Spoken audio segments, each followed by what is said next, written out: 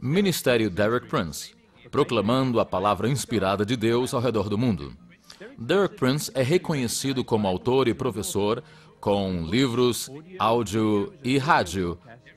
Derek tenta alcançar os inalcançados e ensinar aqueles que não foram ensinados. Por 50 anos de ministério, ensinando em centenas de países em mais de 50 línguas. E agora, Derek Prince.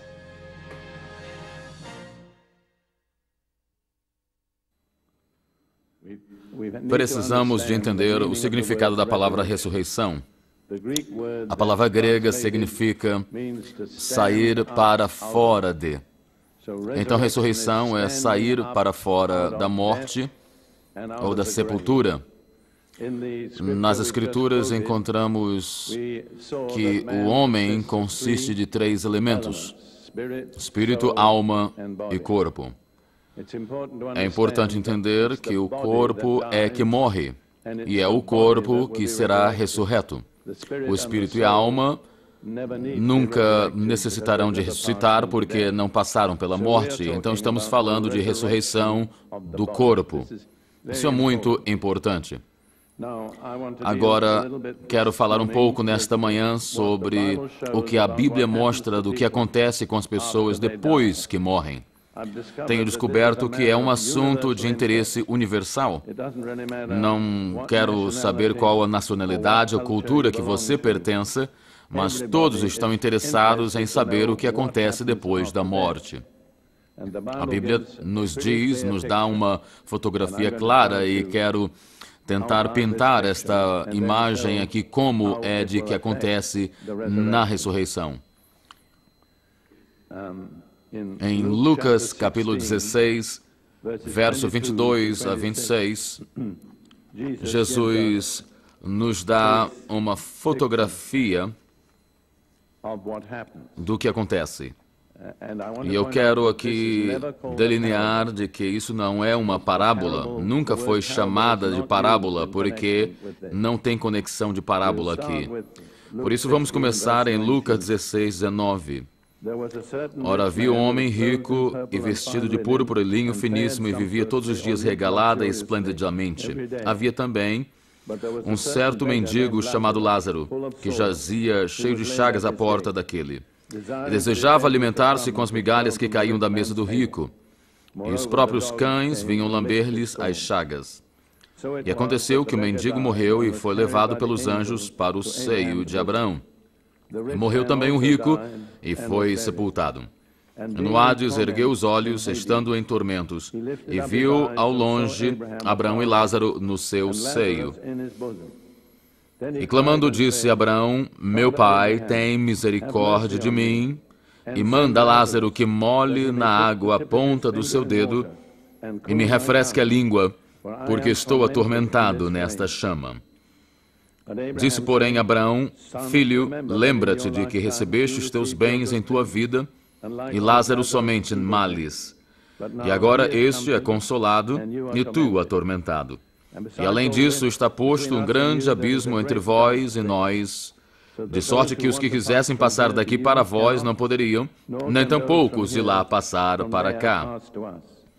E disse ele: Rogo-te, pois, ó Pai, que o mandes à casa de meu pai, pois tenho 5 irmãos, para que lhes dê testemunho, a fim de que não venham também para esse lugar de tormento. Disse-lhe Abraão: Eles têm Moisés e os profetas, ouçam-nos. E disse ele: Não, Abraão, meu pai, mas se algum dos mortos fosse ter com eles, arrepender-se-iam. Porém Abraão lhe disse: Se não ouvem Moisés e aos profetas, tampouco acreditarão, ainda que algum dos mortos ressuscite. E que verdade é. Mesmo quando Jesus ressuscita, muitos não creram nele. Então é um pensamento solene em pensar. Algumas vezes esperamos uma visita sobrenatural e que podemos dizer isso vai convencer o povo. Mas Deus diz: você tem a minha palavra, é o que você precisa. Se você crer e obedecer, vai te ajudar. E eu quero delinear aqui algumas características dessa história do homem rico e de Lázaro. Estas 5 características são: primeiro, havia persistência de personalidade depois da morte. O homem rico ainda era o homem rico e Lázaro ainda era Lázaro. Nenhum deles perdeu a identidade. Algumas pessoas nos ensinam de que depois da morte tudo passa e depois não há mais nada. Não é bíblico. Entendemos de que continuamos com a nossa personalidade depois da morte. Segundo, houve reconhecimento da pessoa. O homem rico reconheceu Lázaro e ele reconheceu Abraão, e Lázaro reconheceu o homem rico. Terceiro, houve memória da vida na terra. Ambos, o homem rico e Lázaro, podiam lembrar-se de circunstâncias na vida antes de morrer. Quarto, havia consciência da sua presença. O homem rico no tormento, sua língua queimando com fogo, Lázaro em conforto e paz no seio de Abraão. E quinto, havia completa separação entre o justo e o ímpio. Cada um deles tinha um lugar específico e nenhum deles podia passar de um lado para outro. Deixe-me dizer essas 5 coisas mais uma vez que são muito importantes e contradizem muitas teorias que existem por aí hoje. Número 1, havia persistência de personalidade, ninguém perdeu ela. Número 2, houve reconhecimento das pessoas. Número 3, houve memória da vida na terra. Número 4, havia consciência daquela condição presente depois da morte. Número 5, havia separação completa entre o justo e o ímpio. Agora, o que acontece depois da morte, ou antes que Jesus morreu e depois que Jesus morreu?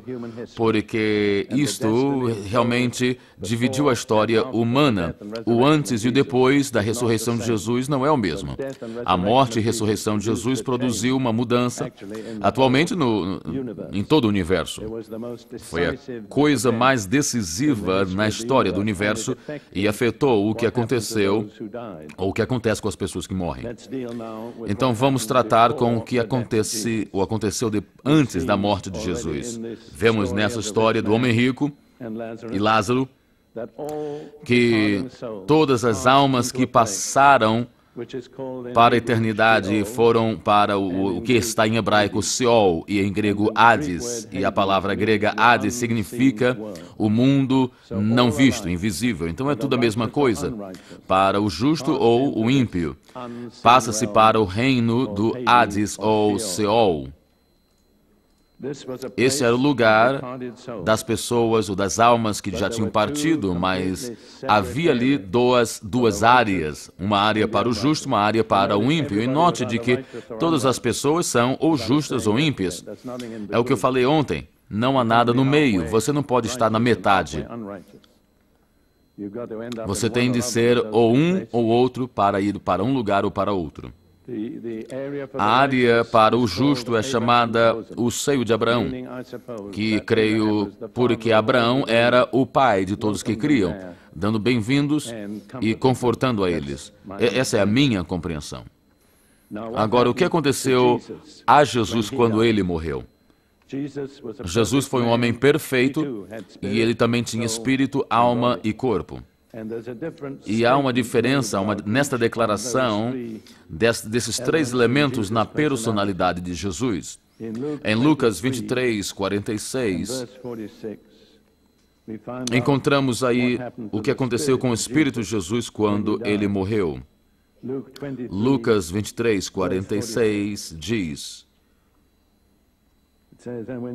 E, clamando Jesus com grande voz, disse, e eu quero crer de que o que ele clamou está consumado. Ele disse, Pai, nas tuas mãos entrego o meu espírito. E havendo dito isto, expirou.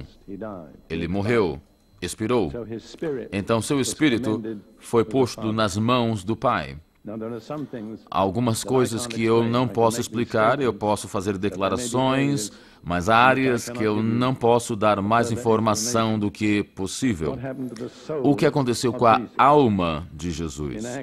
Em Atos 2, quando fala-se no dia do Pentecoste, Pedro fala de Salmos 16, como na experiência de Jesus. E ele diz, Davi falando em Salmos 16, falando de Jesus, essas palavras. Porque dele disse Davi, sempre via diante de mim o Senhor, porque está à minha direita, para que eu não seja comovido. Por isso se alegrou o meu coração e a minha língua exultou. E ainda a minha carne há de repousar em esperança. Pois não deixarás a minha alma no Hades, nem permitirás que o teu santo veja corrupção. Então a alma de Jesus foi para aquele lugar dos espíritos. Mas é também dito em 1 de Pedro 3, 18, 19.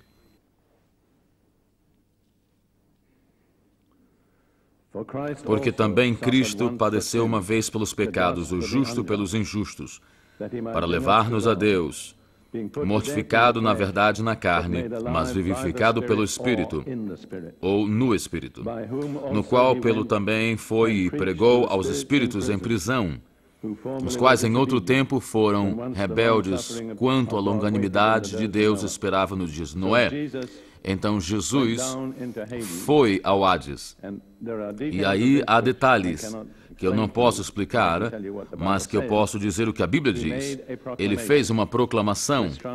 Essa tradução diz que ele pregou, mas a palavra aí é proclamar, mas não significa de que ele pregou o Evangelho, mas que ele fez uma proclamação. O que eu acho é de que, da agora por diante, eu é que reino aqui. Eu tenho as chaves da morte e do inferno. E vocês têm de responder a mim por tudo que se passa agora aqui. Então essa é a minha teoria, o que eu acho, mas talvez não seja certo. Mas, no enquanto, o corpo de Jesus estava na tumba, em João 19, 40, no verso 40 em diante, lemos o seguinte, depois que ele morreu na cruz. João 19, 40 e 42. Tomaram, pois, o corpo de Jesus e o envolveram em lençóis com as especiarias, como judeus costumam fazer na preparação para o sepulcro. Amarravam o corpo, envolviam o corpo e punham muitos condimentos por causa da decomposição do corpo e por causa do odor. E havia um horto naquele lugar onde fora crucificado, e no horto um sepulcro novo em que ainda ninguém havia sido posto. Ali, pois, puseram Jesus, e não precisamos ler mais, mas podemos então ver do que aconteceu depois da ressurreição. Os apóstolos e as mulheres foram e ali viram de que o corpo não estava lá. Louvado seja o Senhor. Então, o que aconteceu com a personalidade total de Jesus? Ele pôs o seu espírito nas mãos do Pai, a sua alma desceu ao Hades e ele fez uma proclamação lá e provavelmente muitas coisas de seu corpo estava na tumba, mas quando ele ressuscitou, sua personalidade total estava mais uma vez unida, ele estava completo, ele era espírito, alma e corpo.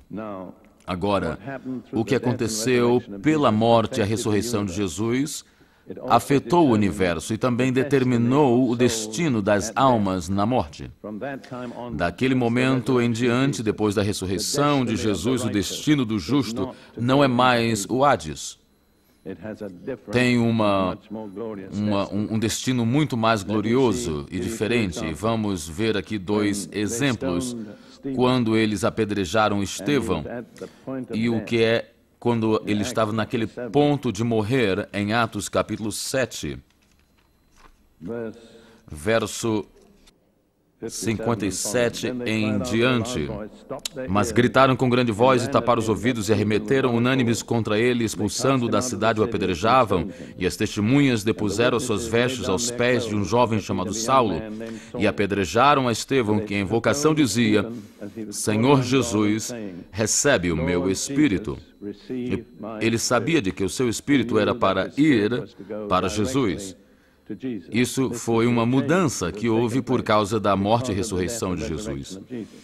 E depois, ajoelhando-se, disse: Senhor Jesus, não imputa-lhes os pecados. E tendo isto, adormeceu por causa de Saulo. Se Estevão não tivesse perdoado Saulo, não teria acontecido com Saulo o que aconteceu. Isso foi maravilhoso. E isso acontecia e acontece com todo crente de que foi lavado com o sangue de Jesus. O seu destino na morte para o seu espírito é ascender diretamente para Jesus. Paulo também refere-se a isto em Filipenses 1. Ele diz que ele não sabe o que escolher. Deveria escolher viver aqui ou deveria ir ter com Jesus. E é o que diz em Filipenses 1, 23. Mas de ambos os lados estou aperto, tendo de desejo de partir e estar com Cristo, porque isto é ainda muito melhor. Mas julgo mais necessário, por amor de vós, ficar na carne. Então Paulo estava confiante de que morrer, ele iria ir para Cristo. Isso é uma mudança que foi afetada pela morte e ressurreição de Jesus. E outra coisa que aconteceu, e há algumas coisas que eu posso vos dizer, mas quero crer de que preencher alguns detalhes é impossível para mim. Mas é de que as almas daqueles que partiram, as almas dos justos, que estavam no seio de Abraão, foram libertos. É o que está em Efésios 4. E isso, mais uma vez, é o que está em Efésios, Salmo 68.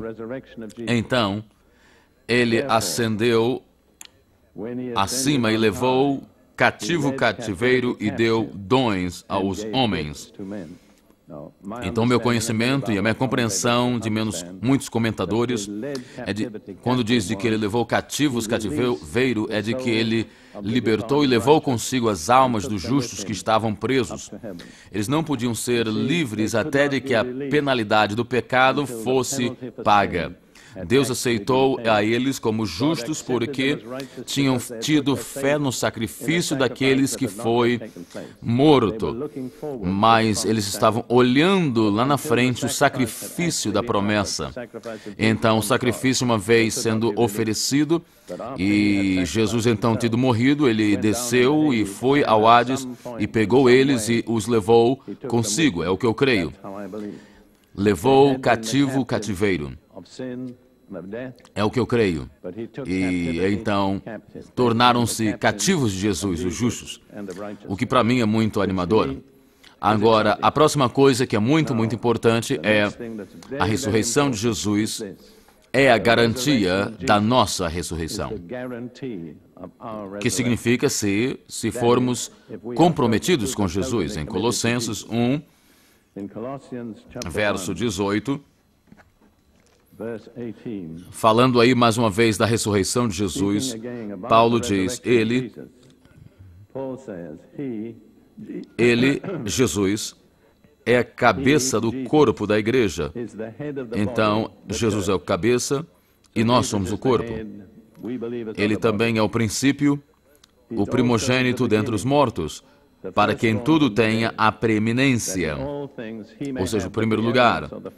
Então, ele foi o primogênito da morte, ele é a cabeça de toda essa nova criação, ele é a cabeça desta nova raça, essa raça Deus-homem, ou seja, a natureza do homem e de Deus combinadas numa pessoa. Ele é a cabeça do corpo, ele é o primogênito dos mortos, e ressurreição é comparecida com o nascimento da morte. É uma fotografia linda, é um nascimento natural, e que normalmente podemos ver o que sai primeiro no nascimento é a cabeça, certo? Então, o que é que depois vem é o corpo. Então, a ressurreição de Jesus é a garantia de que o seu corpo também vai segui-lo em ressurreição.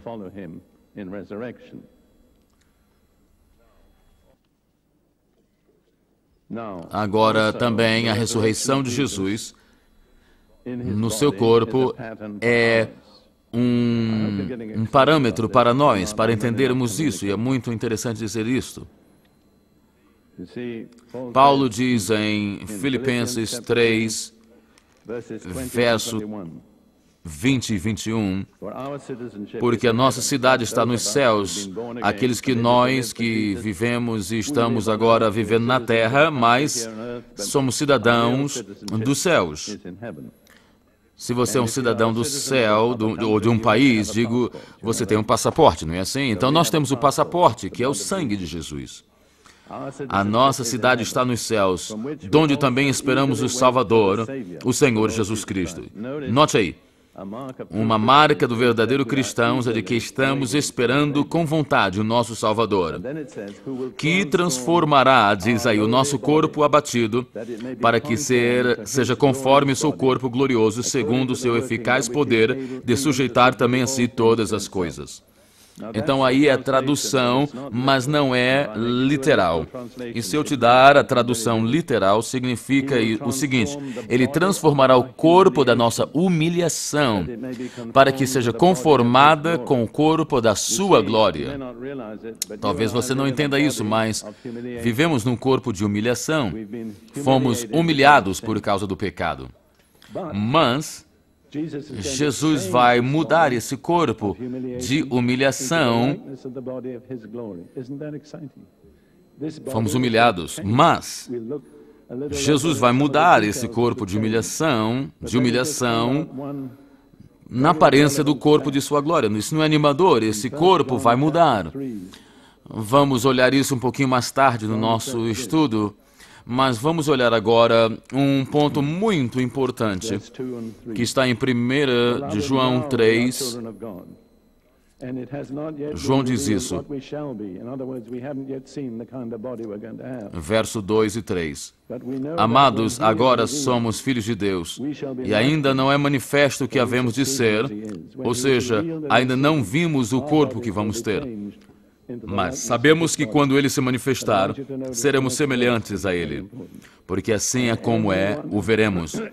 Então Ele vai se revelar e o veremos, então nosso corpo vai mudar na aparência do seu. E quero que você note o próximo verso agora. E qualquer que nele tem esta esperança, purifica-se a si mesmo, como também Ele é puro. Você pode me dizer de que você está esperando a ressurreição, e não é o meu problema argumentar, mas se você está esperando, tem algo que você vai fazer, você vai estar se purificando. E qual é a qualidade da purificação? Jesus, tão puro quanto Ele é. E se você me disser de que você está esperando a ressurreição e eu não ver evidência da purificação, então eu não posso dizer de que você está querendo ser santo, mas você está se enganando a si próprio. Você está apenas usando uma linguagem religiosa, porque esta é a marca de todas as pessoas que querem ir nesta mudança de humilhação para corpo de glória. Então, deixe-me ler isso. Todo aquele que tem essa esperança nele, Jesus, purifica-se a si mesmo, como também ele é puro. Você tem essa marca? Esta é a evidência na sua vida de que você está esperando a volta de Jesus. O nosso corpo será como o dele. E observamos aqui nos evangelhos que ele não está limitado pelo tempo ou espaço. Ele ascendeu aos céus, veio de novo, ele entrou num quarto com portas fechadas, esteve no lugar, numa forma, em outro lugar, em outra forma para outra pessoa. Ele tem esse corpo, digamos, flexível, e teremos mais ou menos esse tipo de corpo. As pessoas dizem, então, como é que esse corpo vai ser? E Paulo trata desta pergunta em 1 de Coríntios, capítulo 15, verso 35 ao 38. 1 Coríntios 15, 35 a 38. Mas alguém dirá, como ressuscitarão os mortos? E com que corpo virão? Eu tenho certeza de que muitos de nós já perguntamos isso. Insensato, Paulo diz. Paulo está dizendo, não eu. O que tu semeias não é vivificado se primeiro não morrer. E quando ele diz agora, usando o exemplo da semente, quando semeias, não semeias o corpo que há de nascer, mas o simples grão, como de trigo ou de outra qualquer semente. Mas Deus dá-lhe o corpo como quer, e a cada semente o seu próprio corpo. Há duas coisas aqui combinadas, continuidade e mudança. Se você semear maçã ou a semente dela no chão, você não vai ter uma laranja. A natureza da semente determina a natureza da vida que vai ter. Então há continuidade, mas há também mudança. A macieira que sai da semente da maçã não é parecida com a semente. Então há continuidade. Você será o mesmo, mas há uma mudança tremenda, sobrenatural. O que você semeia determina o que vai vir depois. E claro que será totalmente diferente do que você semeia. Então, nosso corpo é semeado no enterro, no chão, como a semente. E o mesmo corpo virá numa maneira, num corpo totalmente diferente. E ele foi muito cuidadoso em enfatizar que ele ressuscitou no mesmo corpo que ele foi crucificado. Se vermos em Lucas 24, os discípulos estavam com medo, na realidade, da sua aparição e não estavam entendendo o que tinha acontecido, mas Jesus disse em Lucas 24, 38 e 39,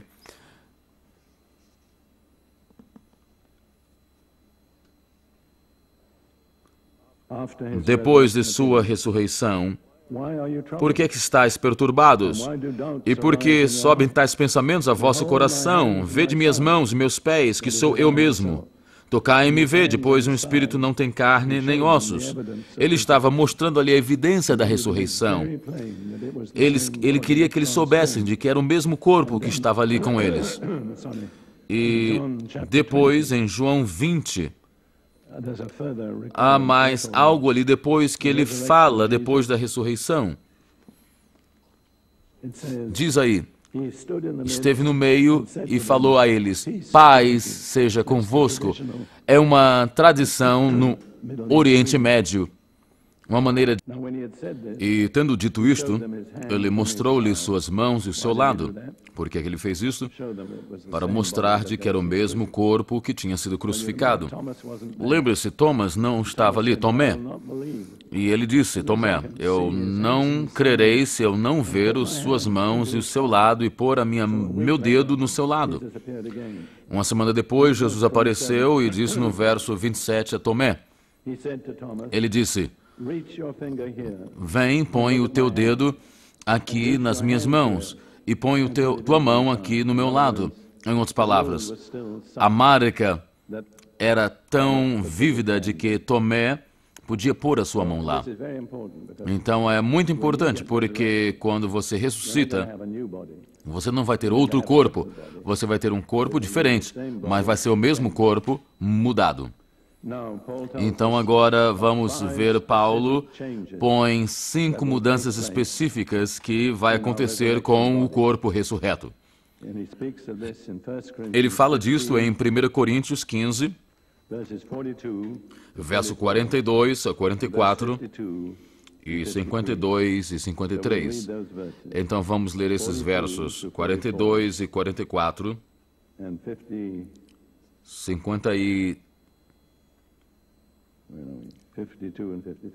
52 e 53.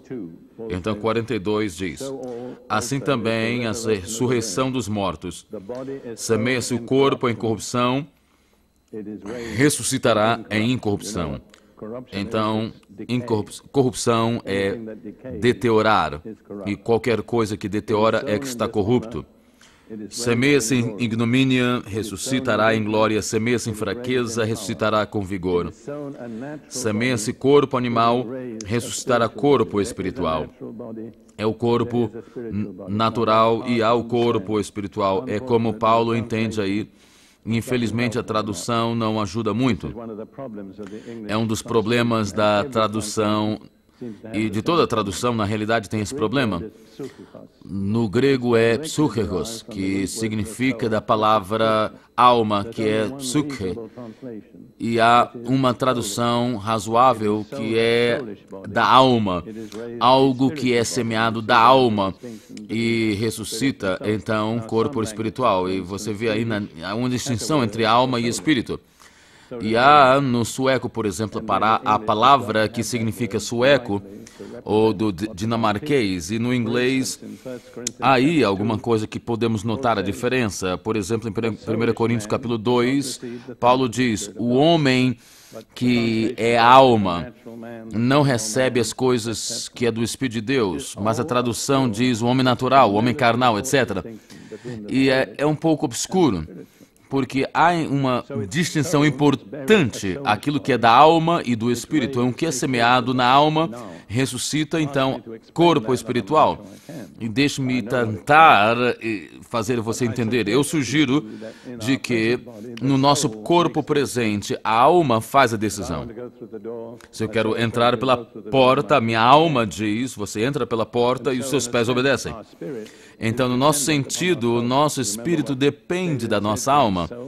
Lembre-se de que Davi disse, a minha alma louve ao Senhor. Então, vamos adiante.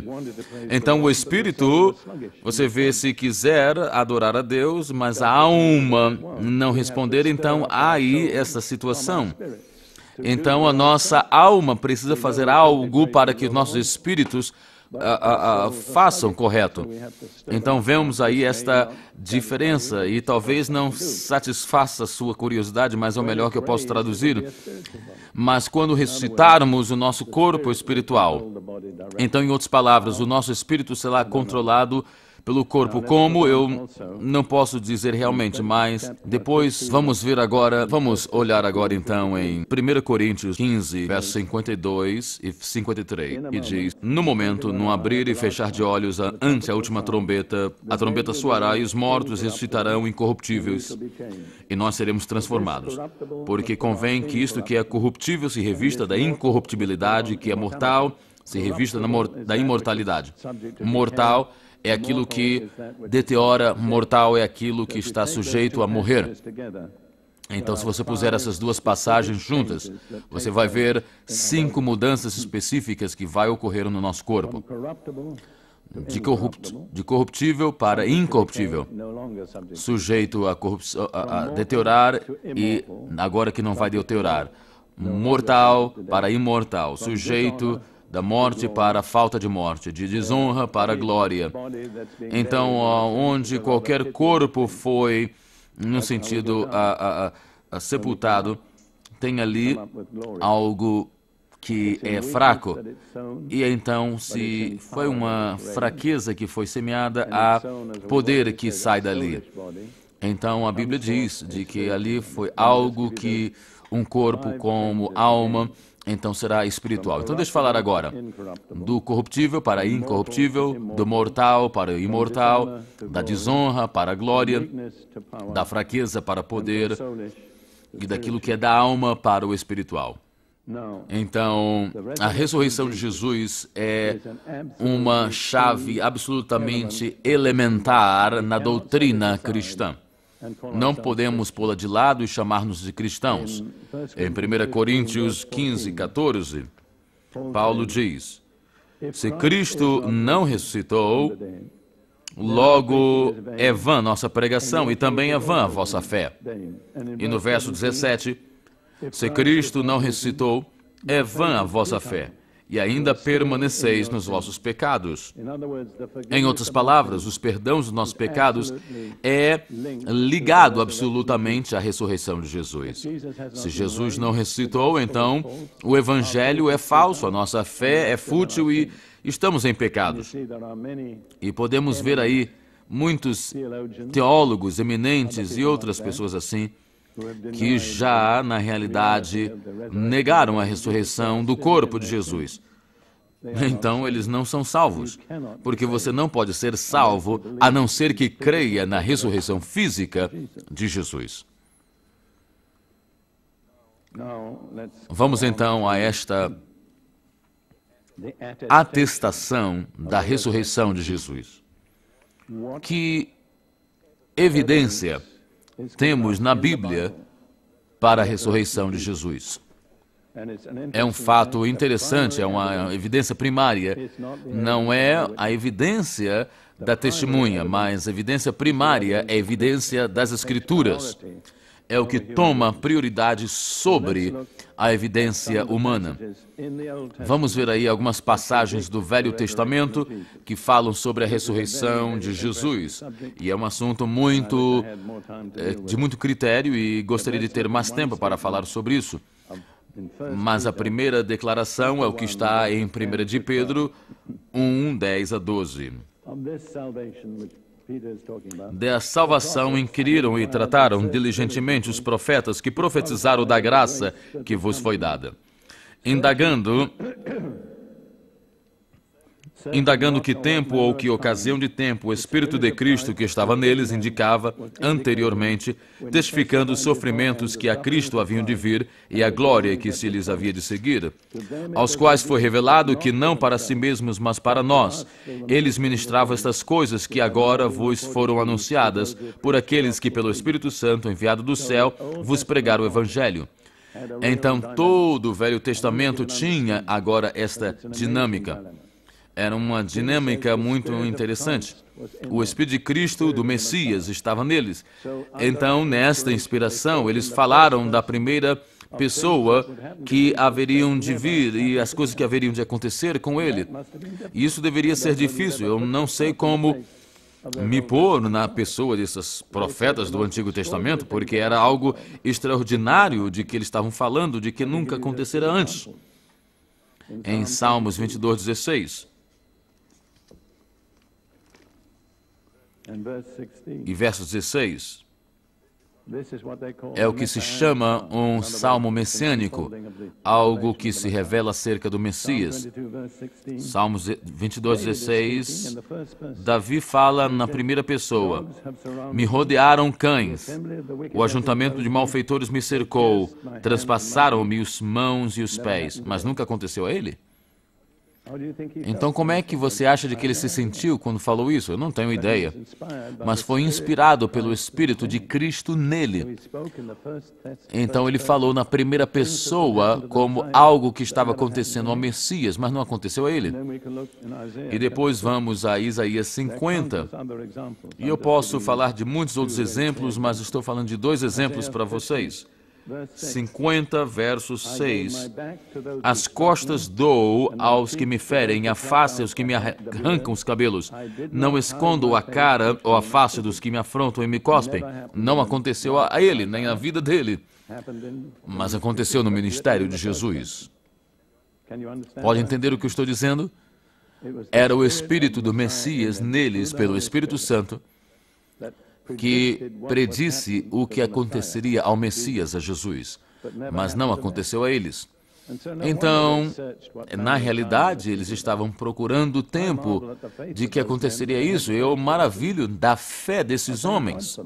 E eu agradeço a Deus, porque é a primeira confirmação da ressurreição de Cristo, que foi predito nas Escrituras. Em Salmos 16, que foi falado pelo apóstolo Pedro, temos aí o que é que foi dito pela morte e ressurreição de Jesus. No verso 8, Salmo 16, que diz o seguinte: tenho posto o Senhor continuamente diante de mim, por isso Ele está à minha mão direita.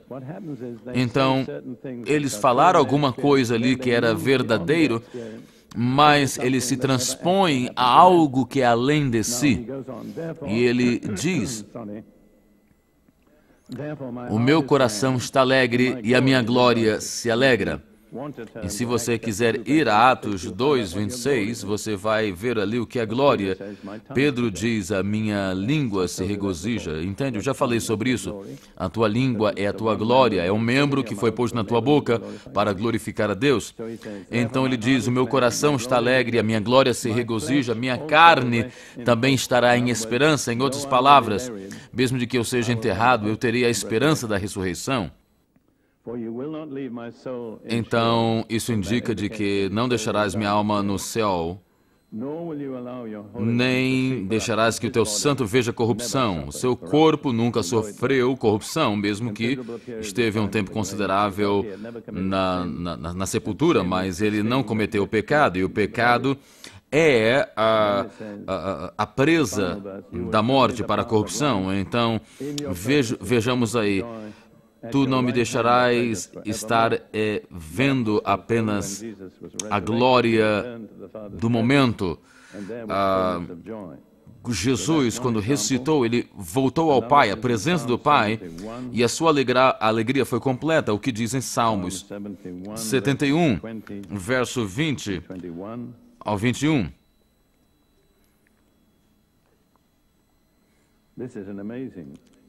Isso é algo maravilhoso. Não diz quem é o salmista aqui, mas você pode olhar o panorama ali. Tu que me tens feito, diz, muitos males e angústias. Me darás ainda a vida e me tirarás dos abismos da terra. Mas isso não aconteceu com nenhum salmista? Aumentarás a minha grandeza e de novo me consolarás. Então isso aplica-se apenas a Jesus. Ele foi sepultado, ressuscitou, saiu e a sua grandeza aumentou. Ele tornou-se no dono de todas as coisas. Nunca aconteceu com o salmista. Aconteceu com Jesus. É o Espírito do Messias neles, testificando de antemão das coisas que aconteceriam. E quando você absorve essa verdade, é a atestação mais poderosa da realidade da ressurreição de Jesus. E há mais uma passagem interessante que Paulo diz em 1 Coríntios. Ele fala do Evangelho que consiste de 3 fatos. E olhamos isso no outro dia. Jesus morreu, de acordo com as Escrituras. Ele foi sepultado e saiu da morte ou ressuscitou ao terceiro dia, de acordo com as Escrituras. E você nunca perguntou a si próprio quais Escrituras. E eu encontrei uma Escritura que é muito interessante, de que vai mais além do que o contexto, que está em Oséias 6. Diz aí: vinde e tornemos para o Senhor, porque Ele despedaçou e nos sarará. Fez a ferida e a ligará. Depois de 2 dias, nos dará vida. Ao terceiro dia, nos ressuscitará e viveremos diante dele. Então, é uma predicção muito grande do terceiro dia. É muito interessante, ele não fala de si, ele diz nós, no plural. Isso é uma revelação. Se você for a Efésios, capítulo 2, você vai encontrar Paulo aplicando essa revelação. Profecia não apenas fala do evento futuro, fala da maneira que vamos encontrar significado. E é interessante como prediz aí. Efésios capítulo 2, vamos lá. No verso 4. Isso é para todos os verdadeiros cristãos. Efésios 2:4. Mas Deus, que é riquíssimo em misericórdia, pelo seu muito amor com que nos amou, estando nós ainda mortos em nossas ofensas, nos vivificou. Ele nos amou ainda quando estávamos mortos. Quando alguém aqui pode amar um defunto, mas ele fez 3 coisas. Nos vivificou juntamente com Cristo pela graça, sois salvos, e nos ressuscitou juntamente com Ele, nos fez assentar nos lugares celestiais em Cristo Jesus. E está vendo que é tudo no passado aí. Por causa da nossa identidade com Cristo, nós fomos feitos vivos, fomos ressuscitados, e agora não parou aí. Nos fez assentar. É o nosso destino. E Paulo não põe no futuro. Ele, na essência, diz de que nós vamos estar sentados com Cristo. Mas esse é o trabalho de Oséias 6:1 e 2. Quão maravilhoso as Escrituras se interpretam a si próprio. Então, Paulo dá uma lista de testemunhas oculares, que não é irrelevante, mas é secundário. Em 1 Coríntios 15, 5 a 8. No 4 diz que ele foi sepultado, ressuscitou ao 3º dia, e aos 5 diz foi visto por Cefas, que é Pedro, e depois pelos 12, e depois foi visto por mais de 500 irmãos, da qual a maior parte ainda vive, mas alguns também já morreram, que significa de que eram novos quando os viram, e depois foi visto por Tiago, depois por todos os apóstolos, e depois, por último, por mim também, que sou um abortivo. É uma lista das pessoas que foram testemunhas oculares, e de acordo com testemunho, de acordo com os judeus, 1 ou 2 é suficiente para pôr ali de acordo com a lei, mas Deus dá muitas e muitas testemunhas da ressurreição de Jesus. E agora eu gostaria de falar da importância da ressurreição. Não podemos sobreestimar a importância da ressurreição de Jesus. É um ato decisivo da história do universo. Toda a história do universo, não apenas da raça humana, mas revolve ao redor da ressurreição de Jesus. Primeiro, porque era a vindicação de Jesus por Deus. Lembre, 2 cortes tinham condenado ele à morte, secular, a romana, e depois a religiosa, a judaica. E quando foi sepultado, estava debaixo de condenação, mas quando ressuscitou, Deus vindicou o seu Filho. Isso está expresso em Romanos 1, 3 a 4. Falando do seu Filho Jesus Cristo, nosso Senhor, que veio de acordo com a semente de Davi, que foi tido como em carne, declarado Filho de Deus, e o seu poder de acordo com o Espírito da Santidade. Então, os judeus aí falam aí do Espírito da Santidade. Os judeus falam do Espírito da Santidade, falando do Espírito Santo. Alguns tradutores falam de Paulo aí, dizendo no grego, declarado Filho de Deus pelo poder do Espírito Santo, do Espírito da ressurreição dos mortos. Então Jesus saiu da tumba revertendo as decisões injustas, vindicando o meu filho, porque ele nunca pecou, ele não foi causa de morte, e pelo Espírito Santo eu o ressuscitei. Então, a ressurreição de Jesus é a base para a nossa justificação. Se ele não tivesse ressuscitado, estaríamos em pecado. Paulo diz em Romanos 4, 25, de que ele foi entregue pelos nossos pecados, entregue para a nossa justificação. Se não tivéssemos sido ressuscitados, nós estaríamos ainda em pecado. E fala acerca da salvação em Romanos 10, 9 e 10. Verso 9 e 10 do capítulo 10. Se com a tua boca confessares ao Senhor Jesus e em teu coração creres que Deus o ressuscitou dos mortos, serás salvo. Porque com o coração se crê para a justiça e com a boca se faz confissão para a salvação. Você entende? Se você não crer de que Deus ressuscitou Jesus dos mortos, você não pode ser salvo. É essencial para a salvação. Infelizmente, multidões de cristãos que dizem ser cristãos não creem na ressurreição. E eles não entendem de que você não pode ter isto sem a salvação. Não importa a posição que você tenha na igreja. A ressurreição é a garantia do poder de Cristo para nos salvar. Em Hebreus 7, 25, diz o seguinte: portanto, pode também salvar perfeitamente os que por eles chegam a Deus, Jesus, vivendo sempre para interceder por eles. Se Jesus ainda estivesse no túmulo, como ele poderia fazer isso? Mas porque está à direita de Deus, então ele pode fazer expiação pelos nossos pecados e nos tirar de todo pecado. Eu amo essa frase. Alguém pode tirar do pior para o melhor. Não há limite ao poder de Jesus para salvar. Ele tem todo o poder. Então, agora de novo, mais uma vez, é muito importante. A ressurreição é a complementação, é o completar da nossa redenção. Não é apenas o destino, mas é também o parar de estarmos indo para o inferno, porque senão o nosso corpo, a nossa alma, a nossa salvação estaria no túmulo. Mas isso não é salvação. Salvar é salvar tudo. Salvar espírito, salvar alma e salvar corpo. E salvação não estaria completo sem a ressurreição.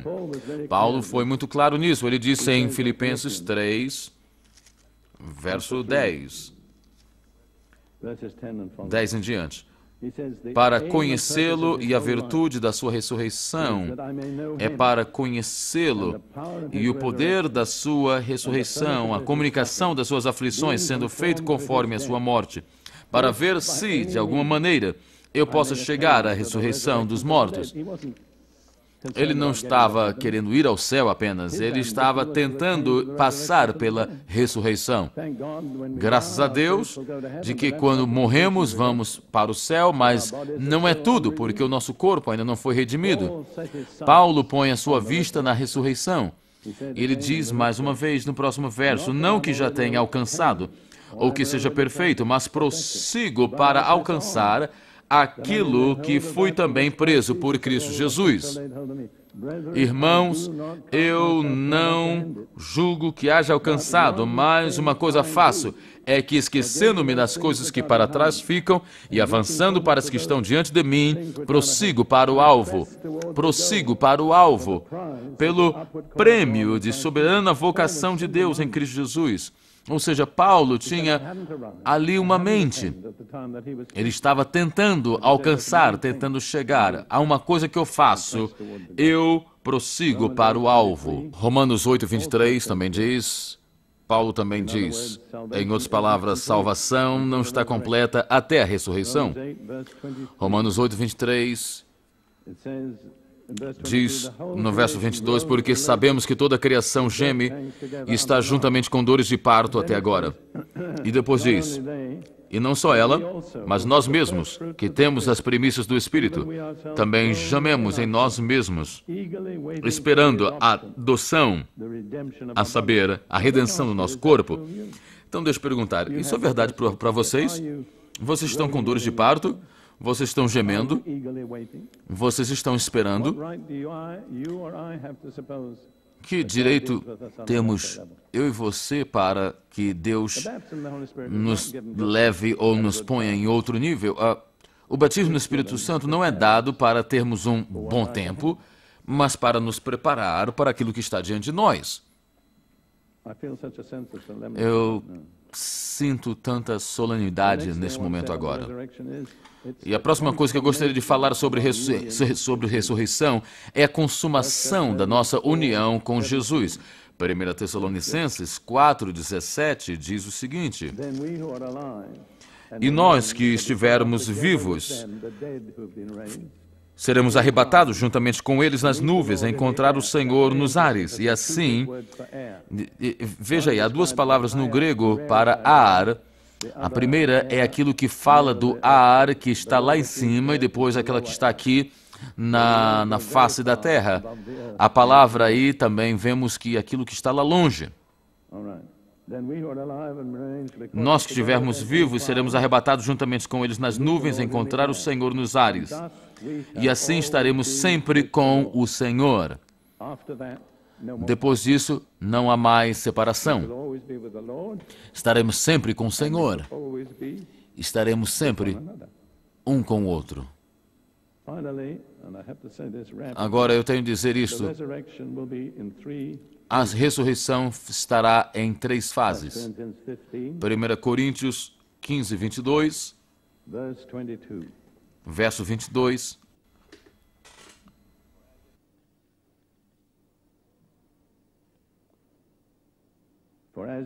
Porque assim como todos morrem em Adão, assim também todos serão vivificados em Cristo. Mas cada um por sua ordem. Olha aí a ordem. 3 fases. Cristo, as primícias. Depois, os que são de Cristo na sua vinda. E depois, no final, a última ressurreição. Para quem Jesus está voltando? Aqueles que são de Cristo. Ele não está vindo como um ladrão, tirando aquilo que não é dele. Então, você pertence a Ele? É uma pergunta importante. Aqueles que não são dele, não vão com Ele.